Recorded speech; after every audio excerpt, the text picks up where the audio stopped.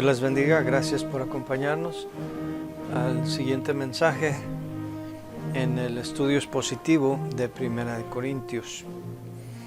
En Primera de Corintios 5:3 leemos: ciertamente yo, como ausente en cuerpo, pero presente en espíritu, ya como presente he juzgado al que tal cosa ha hecho. Aquí Pablo menciona que él ha juzgado al sujeto de nuestro mensaje anterior, de el que cometió el pecado de la fornicación. Hoy vamos a hablar de este asunto controversial de si es correcto o no juzgar. Vamos a orar y luego entraremos a nuestro mensaje directamente. Oremos.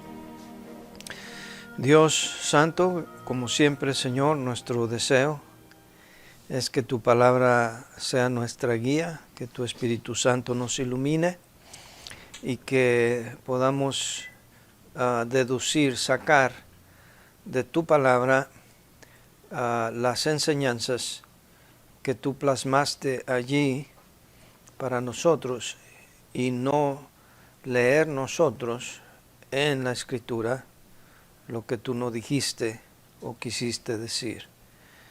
Así que, Señor, ayúdanos a ser sujetos y obedientes a tu palabra en el nombre de Cristo. Amén. Cuando a alguien se le empiezan los callos, espero que todos entiendan esta expresión, o si uno critica, por así decirlo, criticar a alguien muy querido, muy admirado por esa otra persona, una respuesta muy común que escuchamos de las personas es: ¿tú quién eres para juzgar? El único que me puede juzgar o el único que puede juzgar a tal o cual personaje es Dios.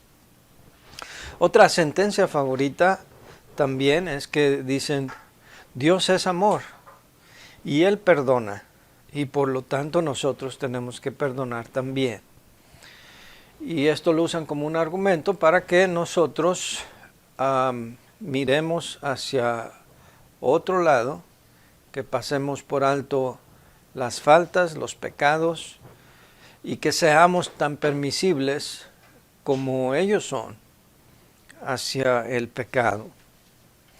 Entonces entramos a este tema controversial. ¿Puede un ser humano juzgar a otro o no?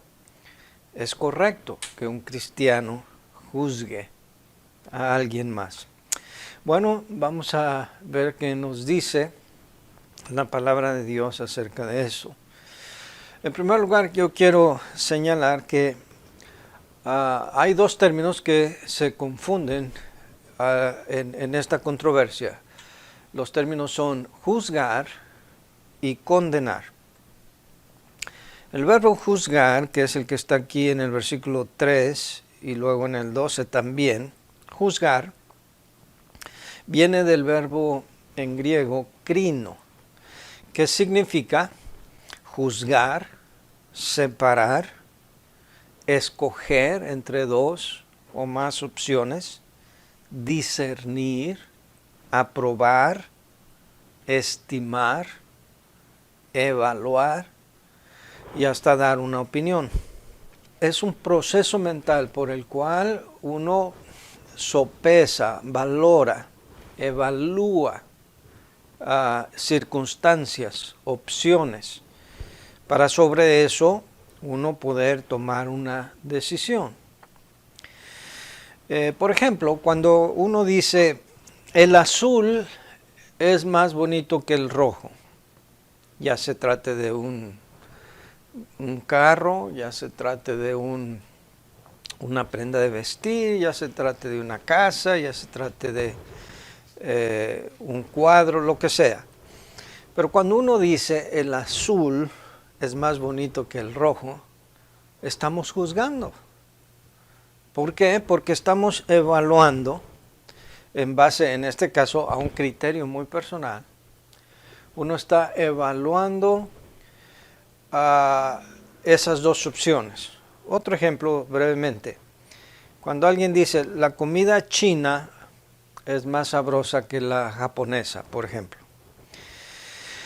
Es otro proceso de evaluación. Alguien que ha probado los dos tipos de cocina, de preparar la comida, puede, en base a su propia experiencia, decir la comida china es más sabrosa que la japonesa.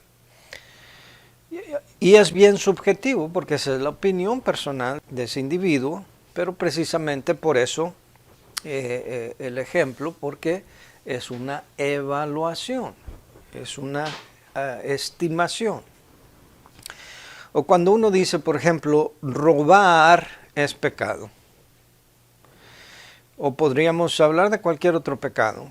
El aborto, la mentira, el chisme, la homosexualidad. Pero cuando alguien dice robar es pecado, quiere decir que uno ha evaluado, uno ha puesto en una balanza la acción, en este caso el delito de robar, y comparado con algún canon, alguna norma, puede ser las leyes del país, puede ser la Biblia, o puede ser el criterio, la conciencia de uno mismo. Uno, después de hacer esa evaluación, uno dice, robar es pecado. Entonces, noten por favor estos elementos en el juicio.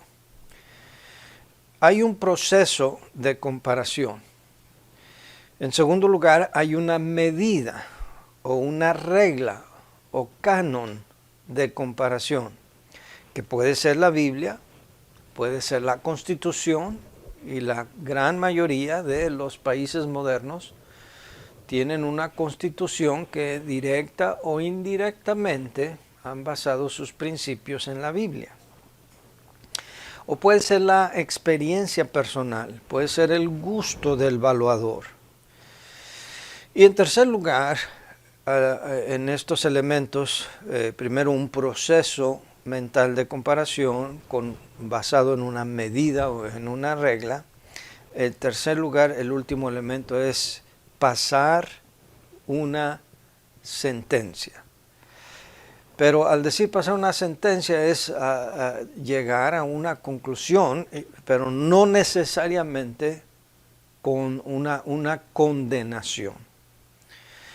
Ahora vamos a ver este otro término, condenar. Condenar es la labor, el papel de un juez. Es el que da la sentencia.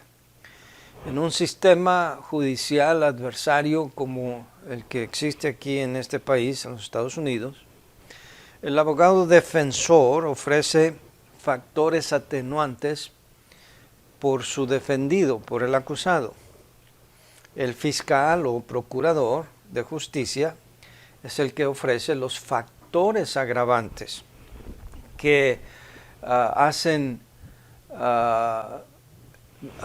merecedor o meritorio los cargos que se le presentan al acusado.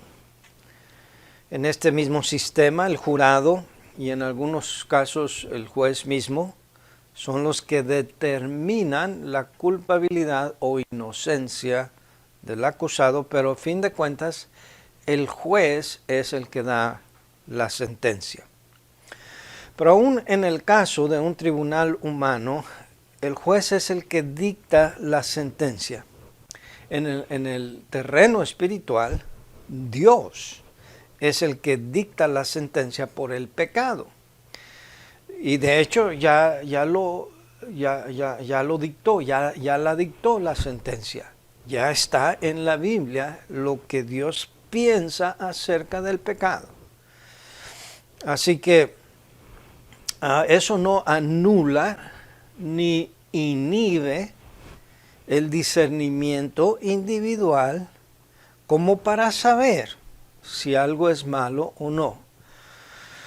O sea que, ya sea que por el hecho de que Dios es el que va a dar la sentencia, eso no imposibilita, al contrario, más bien hasta motiva al ser humano para hacer una evaluación de las acciones, ya sea que él mismo las cometa o que alguien más las cometa.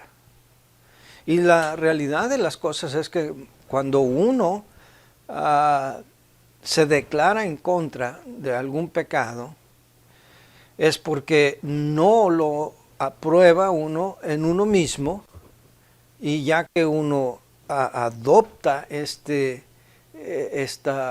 actitud, esta posición, entonces uno puede y debe decir si es aprobada o no en otras personas.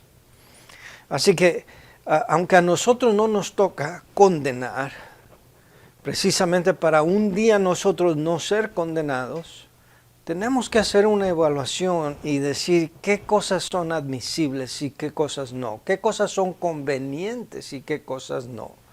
Aún Pablo, aquí en 1 Corintios, en el capítulo 6, dice, todas las cosas me son lícitas, pero no todas convienen. Todas las cosas me son lícitas, pero yo no me dejaré dominar de ninguna. Así que sí necesitamos evaluar. Y eso es el significado del verbo crino. Es evaluar, es comparar con un canon si uno aprueba o no aprueba, tanto en la vida personal como en la de las demás personas, tal o cual acción. Entonces, desaprobar, por ejemplo, o si quiere usar la palabra juzgar, el incesto, el robo, la infidelidad matrimonial, la fornicación, que es el tema de este capítulo, que ya lo introdujimos en el estudio pasado, la mentira, etc. Al hacer una declaración de desaprobación, no nos hace eso, por ejemplo, si estamos en contra de la homosexualidad, eso no nos hace homofóbicos. O sea, que por el hecho de que yo no participaría en un acto así, no me hace homofóbico. El hecho de que yo no apruebe el robo no me hace cleptofóbico. Clepto es la raíz griega del verbo robar. Entonces, solo porque yo estoy en contra de robar, eso me hace cleptofóbico, o sea que yo odio y aborrezco a todos los ladrones. No. O pornofóbico, solo por el hecho de que yo creo que la fornicación es pecado y yo no debo participar en eso, y los que participan puedo yo dar mi opinión de que es indebido, que es pecado, que a Dios no le agrada, me hace eso pornofóbico, o sea que yo odio y aborrezco a los que fornican. No. Si alguien se deleita en el chisme y yo creo que el chisme es pecado, ¿me hace eso chismofóbico? O sea, ¿aborrezco a los que chismean? No. Simplemente estoy diciendo, no es bueno para mí, no está bien hacerlo, no lo deberían de hacer otros. Y podríamos decir exactamente lo mismo de cualquier acción. Y así que, hermanos, todos los días nosotros usamos este verbo crino, de evaluar, de sopesar, de comparar, de opinar. Todos los días evaluamos y decidimos qué vamos a ponernos de ropa, qué vamos a comer, a dónde vamos a ir, a qué horas vamos a salir a la escuela o al trabajo, cómo vamos a resolver nuestros problemas, etcétera, etcétera, cómo vamos a administrar nuestro tiempo. Todos los días y casi a cada momento tenemos que hacer este proceso mental de evaluar la ruta, evaluar las circunstancias para sobre eso tomar la decisión más conveniente. Eso, queridos hermanos, es juzgar. y no es pecado y no está prohibido en la Biblia. Vamos a hablar de eso enseguida. ¿Cuál es el mandato bíblico?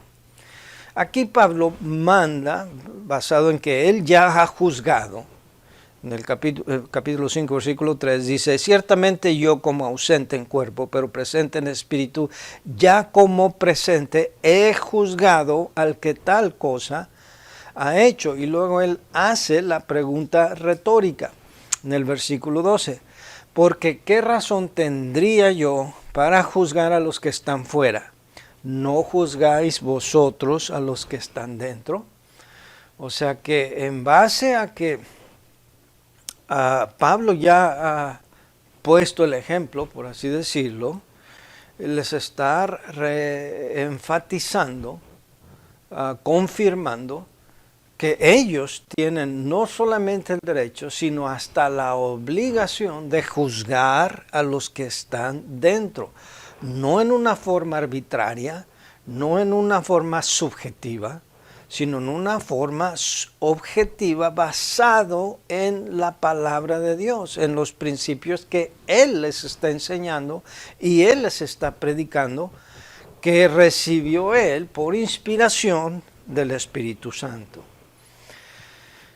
Aún en el capítulo 6, versículos 2 y 3, hablando de cómo se llevaban a juicio, los reprende porque dice, ustedes deberían juzgar estas cosas entre ustedes. Vamos a leer, dice ahí, ¿o no sabéis que los santos han de juzgar al mundo? Y si el mundo ha de ser juzgado por vosotros, ¿sois indignos de juzgar cosas muy pequeñas? ¿O no sabéis que hemos de juzgar a los ángeles? Cuanto más las cosas de esta vida. Entonces, no es prohibido juzgar. De hecho, somos exhortados y se nos manda a juzgar. Aún el Señor Jesucristo mandó juzgar, pero viene bajo qué parámetros. Cristo dijo en Juan 7:24, no juzguéis según las apariencias, sino juzgad con justo juicio. Según las apariencias, podríamos decir, sería un juicio subjetivo, basado, qué sé yo, en mi estado de ánimo, en mi gusto personal. Ese tipo de juicio es subjetivo y es según las apariencias. Pero Cristo dijo, juzgad con justo juicio. ¿Y cuál es esa manera de hacerlo? Teniendo un canon infalible, una regla que no se desvía de lo que es recto, que es justa, y esa regla es la que Dios nos ha dado en su palabra. La Biblia incluso manda examinarlo todo. Ese es otro sinónimo, otra acción paralela a juzgar. En 1 Tesalonicenses 5:21 dice, examinadlo todo, retened lo bueno. No puedo yo retener lo bueno si primero no examino esto es bueno, esto no lo es. Ya después de haber juzgado entre qué sí es bueno y qué no lo es, entonces puedo tomar la decisión de retener lo bueno. No antes, tengo que hacer una evaluación, tengo que pasar juicio, tengo que juzgar entre dos situaciones, dos circunstancias. La Biblia manda probar, por ejemplo, los espíritus si son de Dios. 1 Juan 4:1 dice, amados, no creáis a todo espíritu, sino probad los espíritus si son de Dios, porque muchos falsos profetas han salido por el mundo. Así que tenemos que evaluar, tenemos que juzgar los espíritus. Cuando nos sentamos y escuchamos a alguien exponer las Escrituras, como los bereanos, tenemos que ver que lo que se predica es conforme a la palabra de Dios. Y estamos obligados a hacer esa evaluación. De lo contrario, vamos a aceptar quizás no voluntariamente, quizás no a sabiendas, doctrina extraña, enseñanzas que no están fundamentadas en la palabra de Dios. Y de hecho, ese es el talón de Aquiles de muchas iglesias, de muchos cristianos en este tiempo, que por no juzgar las enseñanzas conforme a la palabra de Dios, andan esparcidas por todos lados, enseñanzas y prácticas en el nombre de Dios, en el nombre de la Biblia, que ni son de Dios ni están en la Biblia, pero son toleradas y practicadas en muchas iglesias. Vamos específicamente a hablar de ese canon. Dijimos que para evaluar tenemos que pasar por un proceso mental, comparar con un canon, con una regla. Esa regla, por ejemplo, una cinta de medir. Yo no sé cuánto mide esto y no puedo decir si un adorno o la cantidad de pintura que voy a hacer me va a ser suficiente si no tomo medidas, si no uso una regla que me diga cuánto mide y de acuerdo a las instrucciones de la pintura o el adorno, si cumplirá, si será suficiente para lo que quiero pintar o cubrir. Entonces necesita un canon. Ese canon es muy importante. Una opinión de un individuo es tan buena como la otra, ¿verdad? ¿Por qué mi opinión va a ser mejor que la otra? Si, por ejemplo, volviendo a los ejemplos que dijimos al principio, si alguien dice el rojo es más bonito que el azul, y alguien más dice no, para mí el verde es más bonito que el azul. Es una opinión subjetiva. ¿En base a qué? Una opinión es tan buena como la otra. La comida japonesa es más deliciosa que la china. La comida hindú es más rica que la comida japonesa. Bueno, esa es la opinión de alguien, por sus experiencias, por lo que él ha probado. Pero ¿cuál de las dos es más correcta? No se podría evaluar si no hay un canon.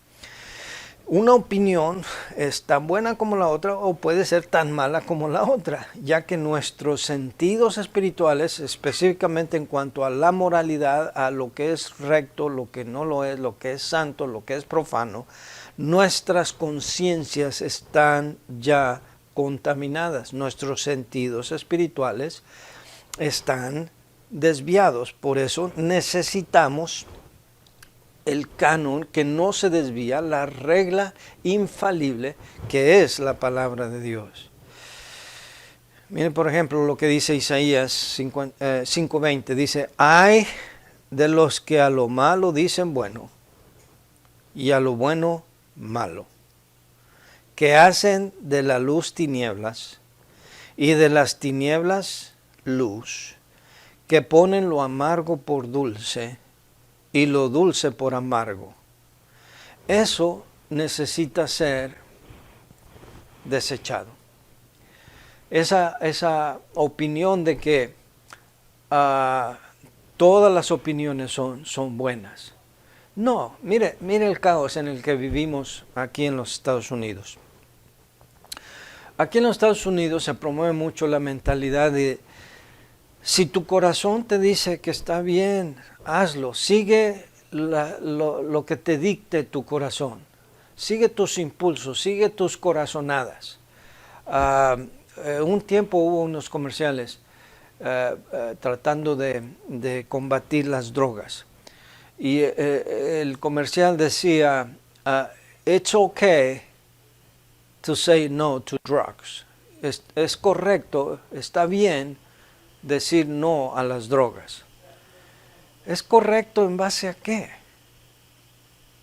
Sí, no hay una moralidad. Y como ya echaron la Biblia por la ventana, ya la echaron a la basura desde la escuela, ni el gobierno ni los maestros tienen un estándar como para decir en base a lo que Dios dice o en base a esta regla infalible, no deberías usar drogas o hacerte tatuajes o tener sexo antes del matrimonio o vestirte de mujer si eres hombre o echarte con varones o practicar el lesbianismo, etcétera. No hay un estándar, entonces por eso todo mundo sigue lo que les dicta su corazón. Y por eso estamos en esta crisis. Hay quienes a lo malo le dicen bueno y a lo bueno malo porque están confundidos, estamos desviados, no hay una brújula, no hay una medida confiable. Cada quien hace como en el tiempo de los jueces lo que le parece a él bien. Pero Dios no nos abandonó a nuestra suerte. Dios nos dio una regla que es la palabra de Dios por la cual nosotros nos vamos a guiar. En los tribunales, si no hubiera una constitución, si no hubiera un libro llamado las reglas, las leyes del país, ¿en base a qué se juzgarían los delitos? Se necesita esa ley, aún la imagen de la justicia, que es una mujer vendada de los ojos con una espada que simboliza que va a aplicar la justicia. Esa es la imagen de la justicia, una mujer vendada de los ojos con la espada levantada para impartir justicia. Pero alguien dijo que esa imagen está distorsionada. La verdadera imagen de justicia debería ser una mujer no vendada, y sí, entendemos que el hecho de que esté vendada es que va a aplicar la ley indiscriminadamente, sin fijarse a quién se le aplica o no, se entiende eso. Pero alguien dijo que la verdadera imagen de la justicia debería ser una mujer no vendada, con la espada en la mano, sí, pero no apuntando al aire, sino apuntando hacia la Biblia. Y con los ojos descubiertos, no vendados, para que vea que la Biblia, la norma por excelencia, sea obedecida, las reglas, las leyes se apeguen a ella, porque entonces tendremos verdadera justicia. ¿Por qué debería ser la Biblia ese canon para juzgar? Porque por ella vamos a ser juzgados. Juan 12:48 dijo el Señor Jesucristo: el que me rechaza y no recibe mis palabras, tiene quien le juzgue. La palabra que yo les he hablado, ella le juzgará en el día postrero. Es la Biblia el canon infalible, porque la Biblia es el único libro inspirado por un Dios santo y un Dios justo. Todos los demás estamos contaminados. Nuestro juicio ya no es sano, ya no es conforme a la rectitud. Estamos contaminados por el pecado. Así que el único que nos puede dar una guía infalible, perfecta, basada en su esencia de santidad, es Dios. Y esa regla es la Biblia. Para terminar, una vida desordenada ha perdido su autoridad. Cuando un padre ha perdido la vergüenza, ha sucumbido a la infidelidad o al alcoholismo, o se ha desatendido de su familia, ha perdido la autoridad para enseñarle a sus hijos qué hacer, qué no hacer, qué es correcto, qué no lo es, y por qué camino ir. Y por eso en el mundo tenemos este caos, porque no hay un estándar de moralidad. Se ha prohibido la Biblia en las escuelas y en los tribunales. Aquí en los Estados Unidos ya no hay una regla segura que seguir. La manera que podemos ser guía a las siguientes generaciones es viviendo conforme a la palabra de Dios y manteniendo ese faro ardiendo. La Biblia es el faro que arde en el puerto, que ayuda a los barcos a llegar a un puerto seguro. Y termino con esta ilustración. En una noche tormentosa, un barco en alta mar, por el radar, percibe a lo lejos que hay alguien mandándole señales allá a lo lejos. Y el capitán de este barco, que era un barco militar, le dice al oficial de comunicaciones: dígale a ese barco que se avista allá a lo lejos que cambie su rumbo porque viene en nuestra dirección. Y entonces el oficial de comunicación manda el mensaje y dice: hacer el favor de cambiar, no recuerdo la cantidad de grados, pero vamos a decir 15 grados a la izquierda para evitar un choque de frente. Y del otro lado le contestan, le dicen: no, usted cambie su rumbo 15 grados. Nosotros no vamos a cambiar el rumbo. Aquel capitán indignado le dice al oficial de comunicación, le dice: estos tontos no entienden con quién están tratando. Mándele un mensaje, dígale que este es el buque militar tal y cual, cargado con armas letales, y que necesitan cambiar de rumbo tantos grados a la izquierda. Y contestan del otro lado y le dicen: no, el que no entiende es usted. Nosotros aquí somos el faro en el puerto. Usted es el que tiene que cambiar de rumbo, porque de lo contrario viene derecho a nosotros y va a encallar. Bueno, hermanos, esa ilustración es para enseñarnos que la Biblia es ese faro. Es el faro que Dios nos dio para guiar a la humanidad. La humanidad la ha querido ignorar, la ha querido manipular. El diablo ha hecho que se hagan muchas versiones corruptas de ella. Ha querido tergiversar sus palabras. Pero la Biblia sigue siendo el faro, la guía, para que nosotros vayamos a puerto seguro. Dios los bendiga.